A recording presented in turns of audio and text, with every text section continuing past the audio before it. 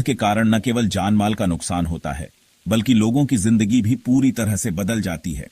कभी कभी बारिश इतनी ज्यादा हो जाती है ना कि नदियां, नाले सब अपना आपा खो बैठते हैं। और फिर शुरू होता है कहर, जिसको हम कहते हैं बाढ़।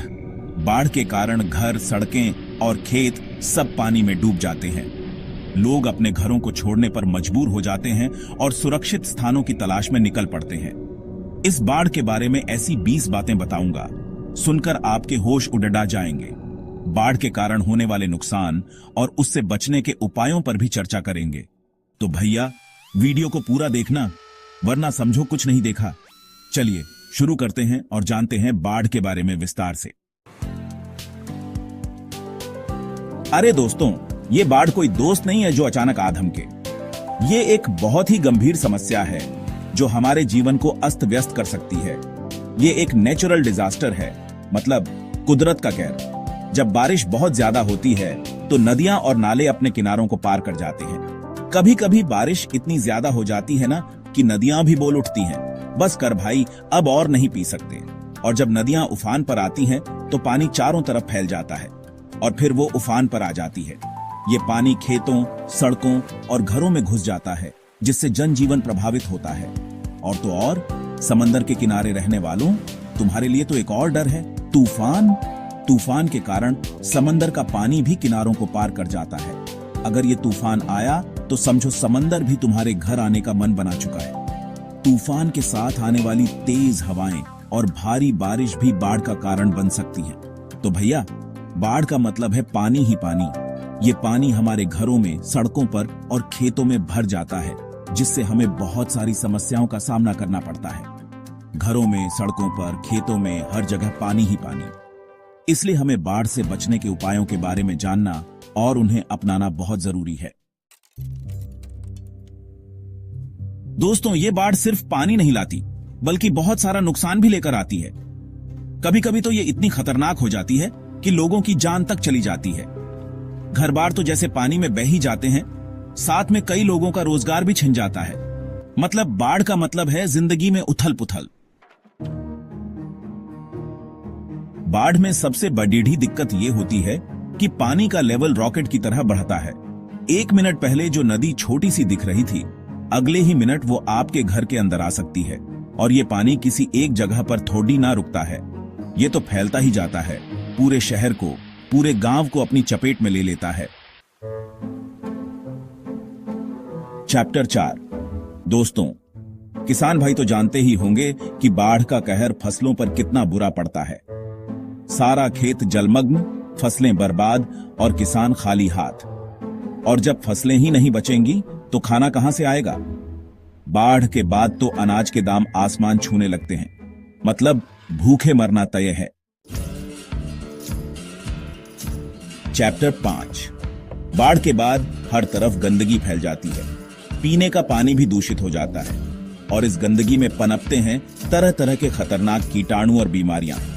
डायरिया, हैजा, मलेरिया, डेंगू, ऐसी कई बीमारियां बाढ़ के बाद आम हो जाती हैं। मतलब बाढ़ के बाद तो अस्पताल भी हाउसफुल हो जाते हैं। चैप्टर 6। बाढ़ के दौरान बिजली के खंभे गिरना तो आम बात है। मतलब ना लाइट होगी, ना पंखा चलेगा, ना मोबाइल चार्ज होगा। ऊपर से गर्मी भी अपनी चरम सीमा पर। और तो और इंटरनेट भी गायब।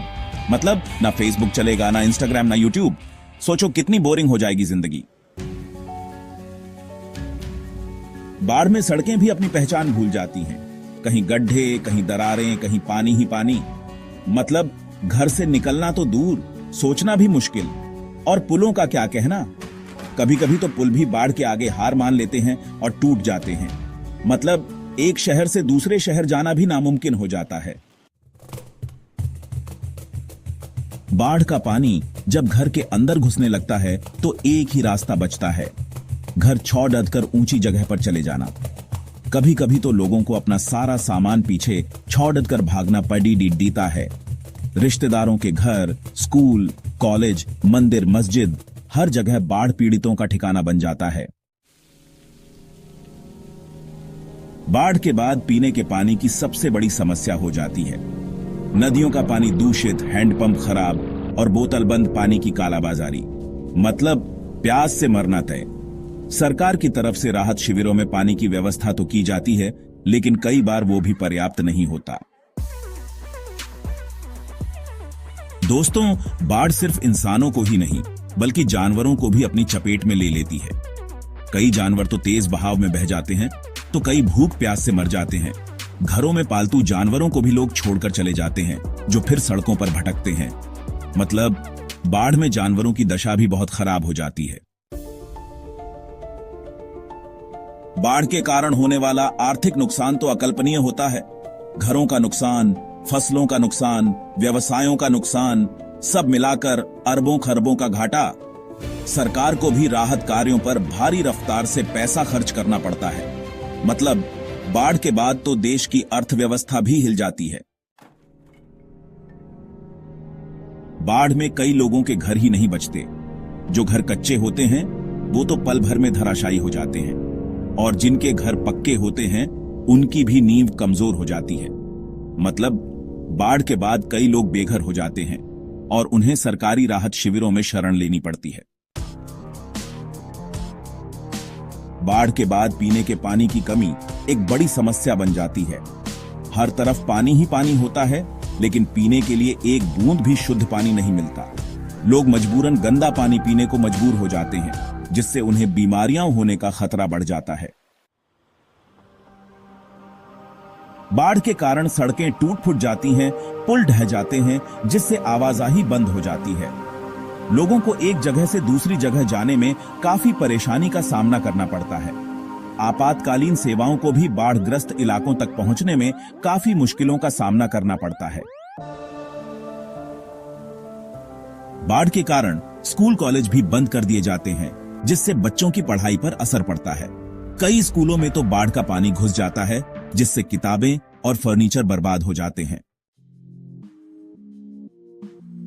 बाढ़ के कारण कई लोग अपना रोजगार खो देते हैं। दुकानें बंद हो जाती हैं, कारखाने बंद हो जाते हैं, जिससे लोगों की कमाई ठप हो जाती है। परिवार चलाना मुश्किल हो जाता है और लोगों को कई तरह की आर्थिक तंगी का सामना करना पड़ता है। बाढ़ के कारण कई ऐतिहासिक इमारतों और स्मारकों को भी नुकसान पहुंचता है। ये इमारतें हमारे इतिहास और संस्कृति की धरोहर होती हैं, जिन्हें बचाना बहुत जरूरी होता है। बाढ़ के कारण बिजली की आपूर्ति बाधित हो जाती है। बिजली के खंभे गिर जाते हैं, तार टूट जाते हैं, जिससे पूरा इलाका अंधेरे में डूब जाता है। अंधेरे में लोगों को कई तरह की परेशानियों का सामना करना पड़ता है और डर का माहौल बना रहता है। बाढ़ के कारण लोगों को मानसिक तनाव का भी सामना करना पड़ता है। अपना घर बार खोने का गम, रोजगार छिन जाने का दर्द, भविष्य की चिंता, ये सब मिलकर लोगों को अंदर से तोड़ा देते हैं। कई लोग तो इस दर्द को सह नहीं पाते और डिप्रेशन का शिकार हो जाते हैं। बाढ़ के बाद सबसे बड़ा काम होता है पुनर्वास का। जिन लोगों ने अपना घर बार खोया है, उन्हें फिर से बसाने के लिए सरकार और गैर सरकारी संगठन मिलकर काम करते हैं। नए घर बनाए जाते हैं, लोगों को रोजगार दिलाने के लिए प्रयास किए जाते हैं, ताकि वो फिर से अपनी जिंदगी शुरू कर सकें। तो दोस्तों, ये थे बाढ़ के बारे में 20 रोचक तथ्य। बाढ़ एक ऐसी आपदा है जो अचानक आ सकती है और बहुत नुकसान कर सकती है। बाढ़ एक भयानक प्राकृतिक आपदा है जो न केवल संपत्ति को नुकसान पहुंचाती है, बल्कि जान माल का भी भारी नुकसान कर सकती है। इससे बचने के लिए हमें सावधान रहने की जरूरत है। समय पर तैयारी और सही जानकारी से हम बाढ़ के प्रभाव को कम कर सकते हैं। सरकार द्वारा जारी दिशा निर्देशों का पालन करें, सुरक्षित स्थानों पर जाएं और अपने आसपास के लोगों को भी जागरूक करें। अपनी और अपने परिवार की सुरक्षा का ख्याल रखें। एक आपातकालीन किट तैयार रखें, जिसमें जरूरी दवाइयां, पानी और खाने का सामान हो। अगर आपको ये वीडियो पसंद आया हो तो इसे लाइक और शेयर जरूर करें। इससे और लोग भी जागरूक हो सकेंगे। और हाँ, हमारे चैनल